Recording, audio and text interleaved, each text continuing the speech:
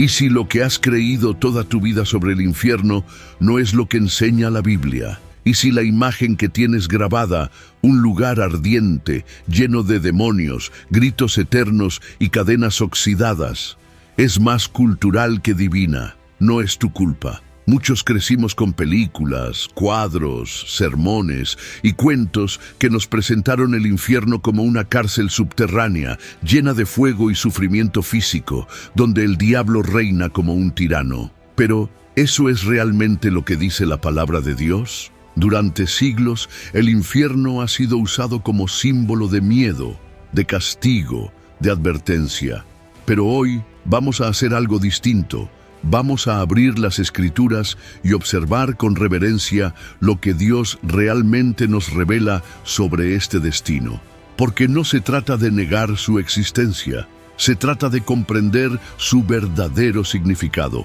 Hay una gran diferencia entre lo que el hombre imagina y lo que el Espíritu Santo revela. A lo largo de este video descubrirás 5 diferencias sorprendentes entre el infierno bíblico y el infierno popular. Al final, comprenderás por qué esta distinción no solo es importante, sino vital para tu alma. Bienvenido a Camino de lo Sagrado. Aquí exploramos la dimensión espiritual con profundidad, con temor de Dios y con esperanza. Suscríbete y activa la campana para recibir cada nueva revelación. La primera advertencia viene directamente del Mesías. Jesús no suavizó la verdad.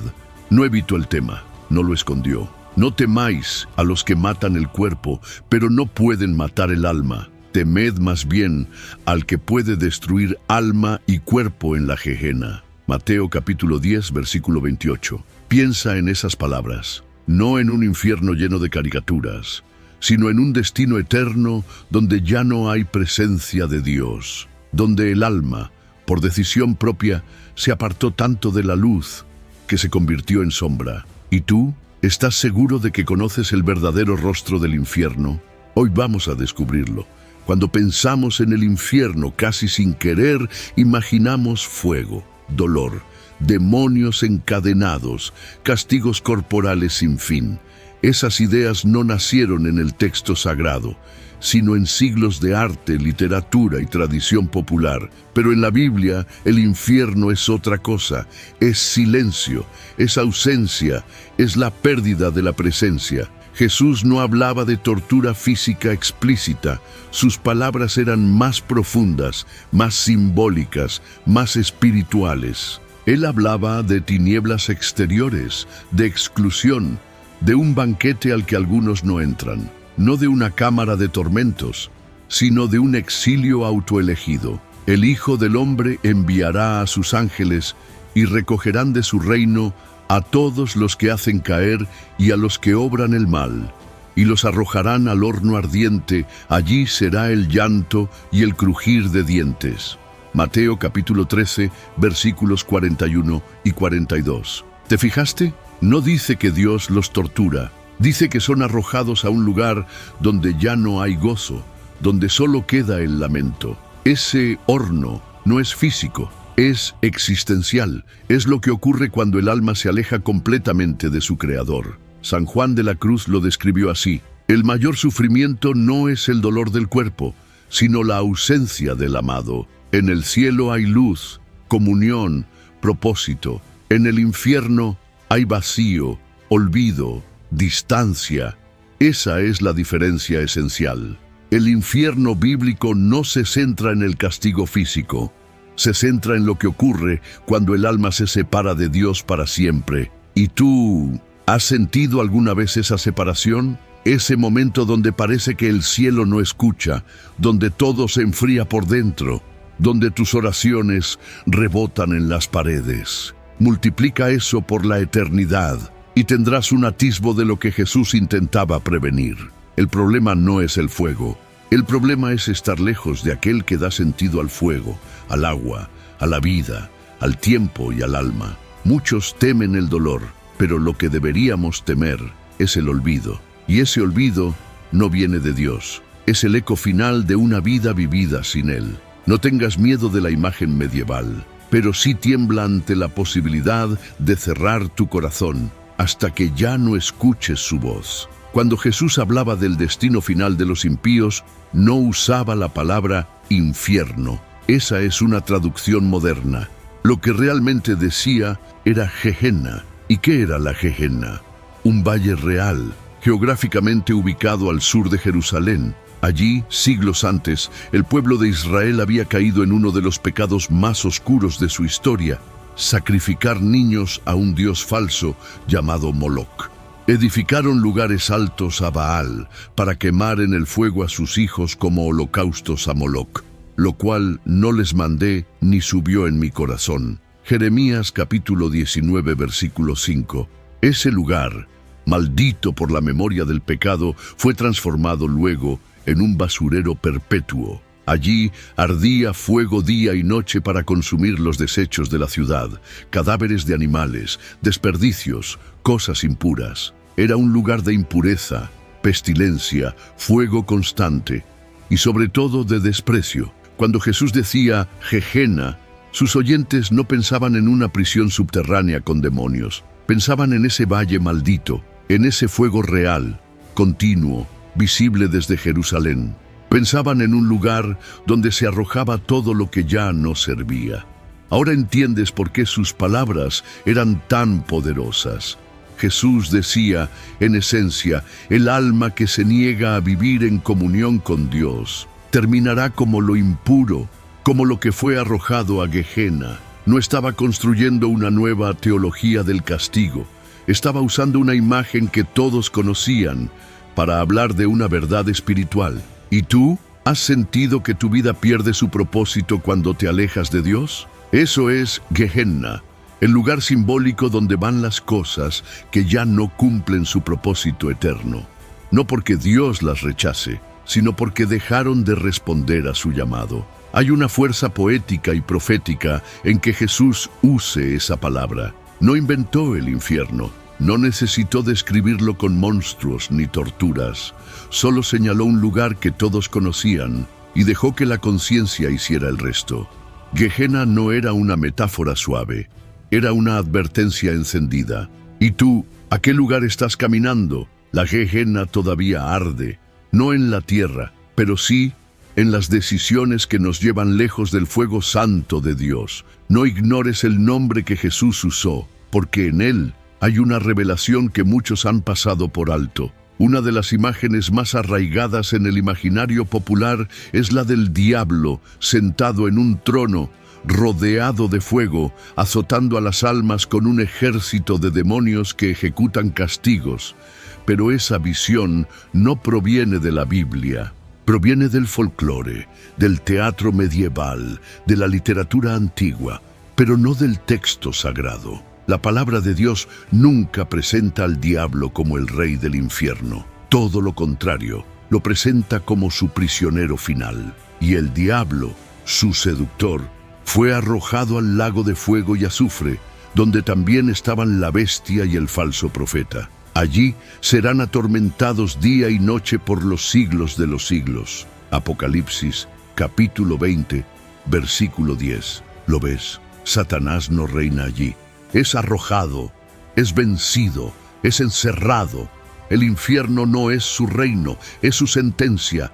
Él no da órdenes allí. Él recibe el juicio eterno del que no hay retorno. El gran engaño del enemigo ha sido convencer al mundo de que él controla el inframundo, cuando en realidad es su próxima víctima eterna. Y esta distorsión es peligrosa, porque al imaginar al diablo como un gobernante infernal, le atribuimos poder que no tiene, le damos un trono que la Biblia nunca le otorgó. Y lo peor, desdibujamos la justicia de Dios. Satanás no está ahora en el infierno. Está, como dice Pedro, rondando como león rugiente, buscando a quien devorar. 1 Pedro 5:8. Su castigo eterno aún no ha comenzado, pero ya está escrito. Jesús lo dijo claramente. El fuego eterno está preparado para el diablo y sus ángeles. Mateo capítulo 25, versículo 41. ¿Sabes qué significa eso? Que el infierno no fue creado para ti, fue diseñado como juicio para la rebelión angélica.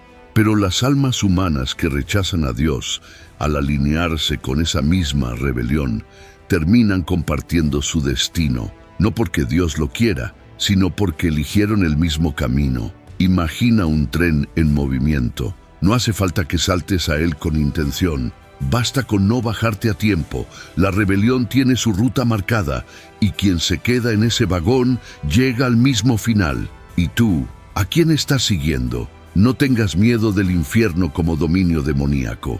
Teme más bien convertirte en aliado de una rebelión que ya ha sido vencida. No hay tronos en ese lugar, solo ruina. No hay órdenes demoníacas, solo condenación. Y mientras el diablo espera su sentencia, tú aún tienes tiempo de evitarla. La escena final no será un castillo de fuego con risa maligna, será un silencio eterno, donde el juicio ya no puede ser revertido. Una de las preguntas más dolorosas que muchos se hacen es, ¿cómo puede un Dios de amor condenar a alguien para siempre? Y detrás de esa pregunta hay una confusión, porque imaginamos a Dios como un juez severo que lanza almas al fuego por fallas humanas. Pero eso no es lo que enseña la Escritura. El infierno no es un capricho divino, es una consecuencia espiritual, no es una trampa. Es el resultado final de una elección constante. Dios no envía al alma rebelde al castigo. El alma, al alejarse de Dios, ya está caminando hacia la perdición, aunque no lo sepa. Dios quiere que todos los hombres se salven y lleguen al conocimiento de la verdad. 1 Timoteo capítulo 2, versículo 4. La voluntad divina es salvación, pero el respeto de Dios por la libertad humana es tan grande que incluso permite que el hombre elija su propio final. Dios no crea robots, crea hijos, y todo verdadero amor requiere libertad. Sin ella no hay amor, y sin amor no hay cielo. El castigo eterno es el eco último de una vida que dijo no a la luz, al perdón, a la misericordia. Imagina una puerta abierta por años, por décadas, y alguien que elige caminar en sentido opuesto. ¿Culparías a quien sostuvo la puerta o a quien la ignoró? Jesús lloró por Jerusalén, no porque el castigo era inminente, sino porque la ciudad no quiso reconocer el día de su visita. La luz vino al mundo, y los hombres amaron más las tinieblas. Juan capítulo 3, versículo 19. Eso es el infierno, la culminación natural de un amor rechazado. No es Dios empujando al abismo, es el alma que se cansa de la gracia, de la voz, del llamado, y elige el silencio eterno. Y tú estás oyendo esa voz hoy porque el juicio no comienza con un trono blanco. Comienza con pequeños no repetidos una y otra vez, con indiferencias, con puertas cerradas, con corazones que ya no tiemblan. El castigo no es ira arbitraria, es justicia respetuosa. Dios no fuerza la entrada al cielo, como tampoco bloquea la caída al infierno. Él llama, espera, sufre, pero nunca obliga. Y mientras haya tiempo, hay elección. Pero cuando el alma cruza la frontera de esta vida, lo que eligió queda sellado. Muchos predicadores modernos han abandonado por completo la palabra infierno. Otros la han usado tanto que el mensaje ha perdido su poder. Pero ¿qué lugar ocupa realmente el infierno en el mensaje de Cristo? La respuesta es profunda. Jesús no vino a hablar del infierno, vino a ofrecer la vida eterna. Sin embargo, habló del infierno más que cualquier otro personaje bíblico, no por gusto, no por manipulación, sino porque quien ama de verdad advierte, y sus advertencias no eran vagas, eran intensas, dolorosas, a veces incluso escandalosas. Mejor te sería entrar en la vida manco, que con las dos manos ir al fuego que no se apaga. Marcos capítulo 9, versículo 43. Eso no lo dijo un profeta del Antiguo Testamento, lo dijo el Mesías, el Hijo, el Cordero. Jesús no temía hablar del juicio, pero siempre lo hacía con un propósito: despertar, nunca para aterrorizar sin salida, siempre para señalar un camino distinto, porque el mensaje central de Cristo no es huye del infierno, sino ven al reino. Pero el reino no puede ser comprendido sin saber de qué estamos siendo rescatados.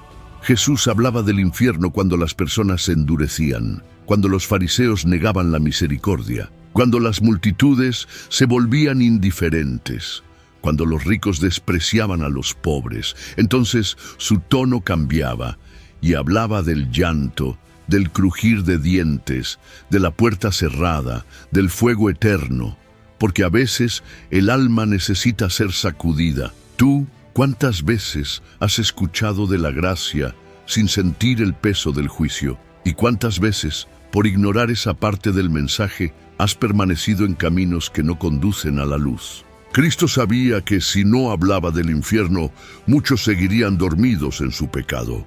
Pero también sabía que si solo hablaba del castigo, nadie entendería el amor del Padre. Por eso, equilibró sus palabras. Ofreció ternura, pero también verdad.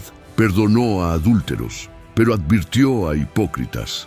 Sanó enfermos, pero confrontó corazones duros. El infierno para Jesús no era una amenaza teatral.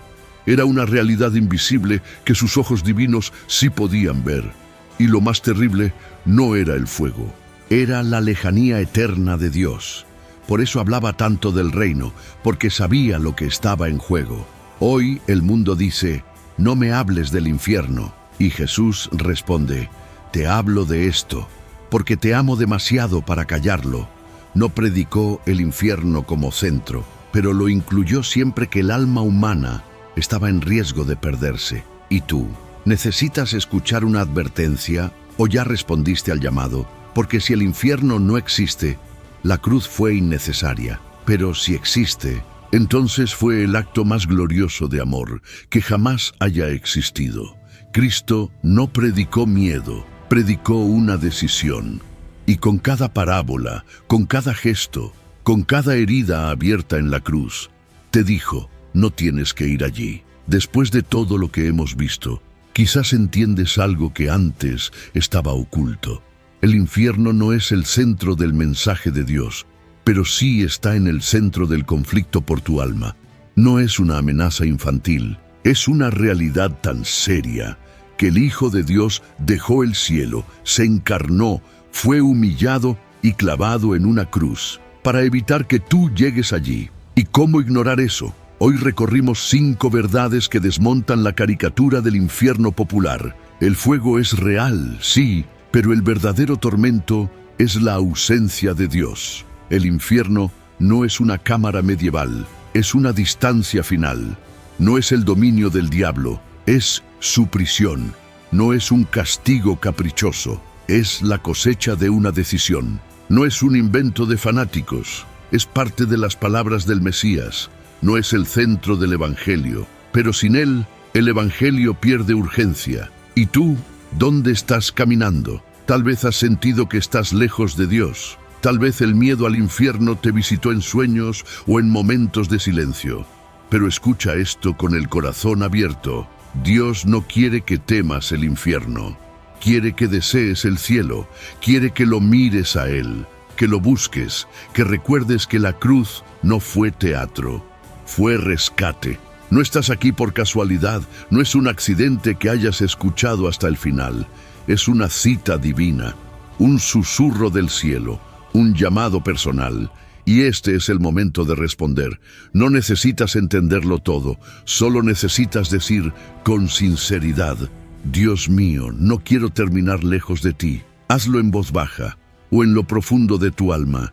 Y verás cómo la luz comienza a empujar las sombras, porque el infierno es real, pero la misericordia también lo es. Y mientras estés vivo, ese destino puede ser evitado. Quizás te preguntas, ¿y si ya estoy muy lejos? ¿Y si no hay vuelta atrás para mí? La buena noticia es que si aún respiras, no estás condenado. El infierno no comienza con fuego, comienza con una vida sin dirección. Y mientras hay vida, hay dirección que puede cambiar.